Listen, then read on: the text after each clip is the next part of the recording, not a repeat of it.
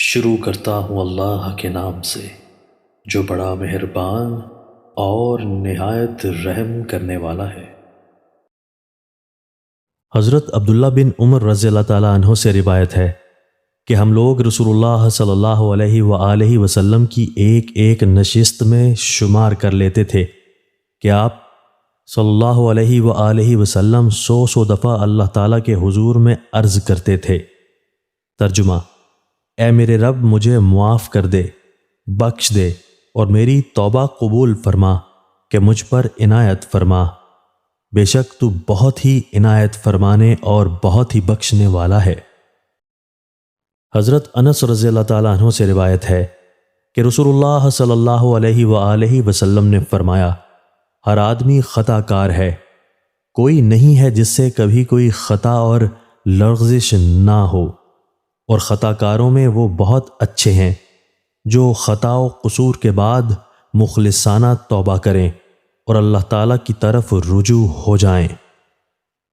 حضرت عائشہ صدیقہ رضی اللہ تعالیٰ عنہا سے روایت ہے کہ رسول اللہ صلی اللہ علیہ وآلہ وسلم دعا فرمایا کرتے تھے۔ ترجمہ: اے اللہ، مجھے اپنے ان بندوں میں سے کر دے جو نیکی کریں تو خوش ہوں، اور ان سے جب کوئی غلطی اور برائی سرزد ہو جائے تو تیرے حضور میں استغفار کریں۔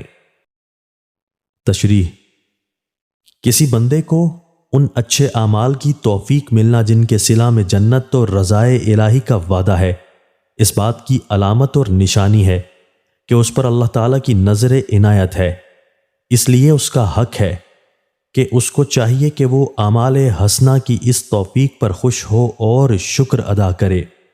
قرآن پاک میں ارشاد فرمایا گیا ہے، اللہ کے فضل اور اس کی رحمت و عنایت پر اس کے بندوں کو خوش ہونا چاہیے۔ اسی طرح جب کسی بندے سے کوئی چھوٹی بڑی معصیت یا لغزش ہو جائے تو اسے اس کا رنج اور دکھ ہونا چاہیے اور فوراً اللہ تعالیٰ سے معافی مانگنا چاہیے۔ جس بندے کو یہ دونوں باتیں حاصل ہوں وہ بڑا خوش نصیب ہے۔ رسول اللہ صلی اللہ علیہ وآلہ وسلم خود اپنے لیے دعا فرماتے تھے کہ اللہ تعالیٰ مجھے بھی یہ دونوں باتیں نصیب فرمائے۔ دوستو، اللہ تعالیٰ ہمیں ان احادیث مبارکہ پر عمل کرنے اور اپنی زندگیوں کو سنوارنے کی توفیق عطا فرمائے۔